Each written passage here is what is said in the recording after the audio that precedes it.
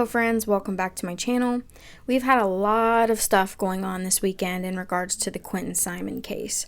We have had multiple protesters being arrested on 2 separate occasions, and we have had a family member, Michael Simon, who is a brother to Leilani Simon, reaching out to several YouTube channels, just answering questions and giving interviews.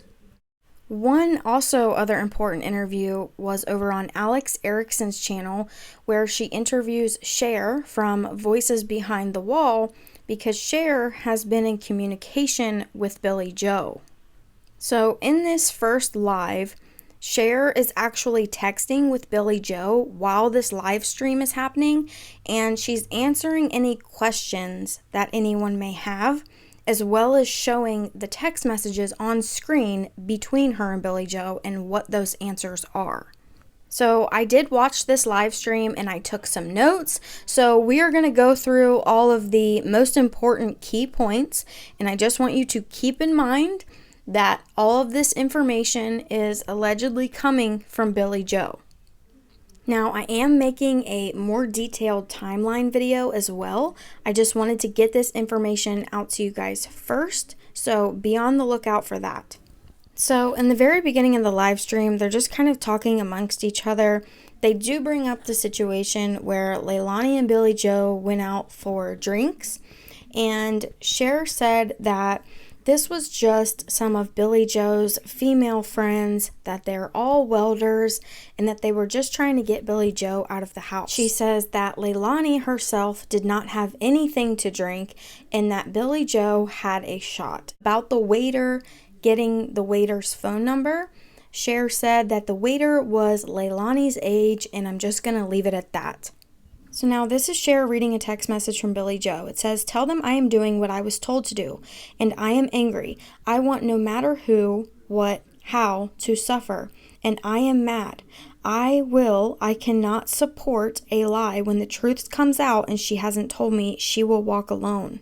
Another thing Billy Jo says is that allegedly Danny has said that he has the answers that can change things, and the loved ones believe he helped her. Like that this was not just Leilani, that Danny was somehow involved as well. And then she says, "That was a text, so I'll read it again. So Danny turned on them to save his own ass. He then ran.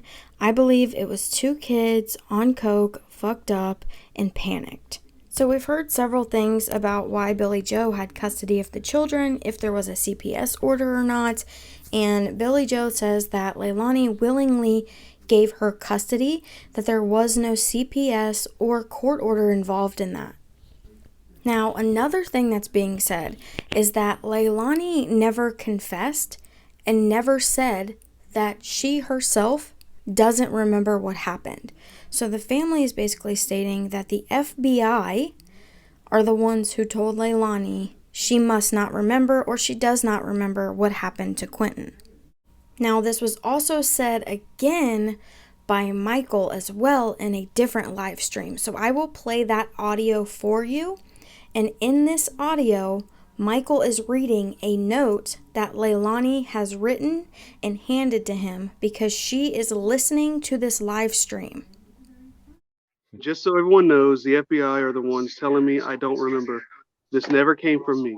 If they are somehow correct, I will turn myself in. I will take responsibility without a fight, without running, and without hiding. Again, I don't believe it's true, but if it is, I will turn myself in." Now, when Billy Jo was asked about the eviction that she filed to remove Leilani, her boyfriend, and the children from the home, Billy Jo says that she was never going to actually make the children leave, that she did this basically to light a fire under Leilani's butt for her to get her life together. Now, we know that there are some accusations of abuse and neglect from the family towards the children. We know that babysitter Diana McCarta has spoke out several times about things she has witnessed on the babies. And her very first video she does, it might be her first or second, I have that posted to my channel if you want to go watch, but this video she's explaining exactly what happened the day that Quinton went missing. We've heard the babysitter say that she has told Billy Joe about bruises and marks she has seen on the children, and this is how Billy Joe responded. She sent one picture and said he had marks on his face, but it was dried up spaghetti. I can share the picture, but it can't go public. And when she's bringing up the nanny here, she's talking about that she had a different plan in place for someone else to watch the kids. This was not because of anything to do with the other babysitter. After the eviction notice, she wanted to have a separate plan in place for someone to actually come stay with them and to help take care of the children, and that this person had watched the kids previously. Now, Billy Joe alleges that there were no open CPS cases, that she was never notified, and no home visits ever happened on their end. She was home for an entire month, and CPS never came to her home, so there was not an open CPS case before Quinton went missing to her knowledge. But obviously, there is a CPS order now from the events that happened after Quinton went missing. We learned from the custody court hearing paperwork that Leilani had drug issues, and that when her daughter Sky was born, she tested positive for in her system. So here's the text message that Billy Joe sent to Cher. Leilani had in her system when baby was born, and they let her leave the hospital and did not contact me, knowing other kids were in the house. I didn't learn of the open CPS case till Quinton was passed. Don't know if I should share that, but I feel I have to. And then underneath she says it was unsupervised.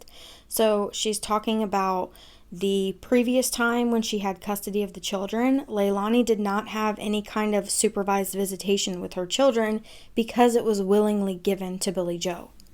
Billy Joe was asked if she can clarify who sent the 529 text message to the babysitter.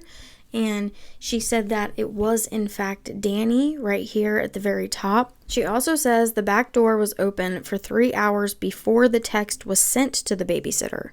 And then you can see what she says about, I don't know about y'all, but if you were ever on COKE, I can't sleep, so whatever happened in those hours. She was asked if Danny was on as well. She says yes, and perks. You can see that right there.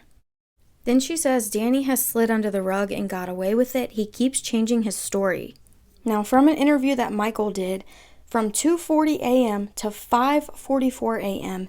is when that back door was left open. They know this because their brother Joe got the ADT notification from the security system. Now, Michael did also say that there were cameras looking at this back door and that the cameras were turned off because of some sort of construction they were doing in the backyard with one of the sheds. So it would appear that someone knew these cameras were turned off. And if that door was open from 2:40 a.m. to 5:44 a.m., wouldn't have Danny seen that the door was standing open before he left for work that morning? Billy Joe was asked if law enforcement has some sort of surveillance footage, and she responds, they say they do, but I haven't seen it. And then she says, why isn't Danny being protested and in jail? Now, Billy Joe also does share her theory about what she believes happened to Quinton. The text message reads, okay, here's my theory. Leilani was cooking, Danny was giving the boys in the bath. Quinton got out first. We believe Quinton drowned in the tub. Danny put the boys to bed. Then Leilani realized he was gone and they panicked. So again, just to be clear, this is Billy Joe's theory. She's not saying that this is exactly what happened, but this is her theory as to what happened. These are just some additional things she shared about Quinton. His favorite color was blue. He loved Paw Patrol. He loved to dance and hug your legs. He was the best baby ever and easy to please. He would touch your face and hold it for kisses. He loved his Johnny jumper. I miss him, I need him, and I will hold him again no matter what. So that's all for this video, guys. Like I said, I am making a separate timeline video that I am working on. I'm also going to be making 2 separate videos, maybe one, of Michael's interviews that he's done on Dolly and Cher's channel. It's just a whole lot of information coming in super, super fast, and I'm taking very detailed notes so that I can get all this information out and organized into separate videos. So let me know what you guys are thinking about all of this down in the comments. I will link the live stream that Cher did over on Alex's channel so you can go watch the full thing for yourselves. Please do me a favor, hit the like button, subscribe, and turn the bell notification on so you know when I post.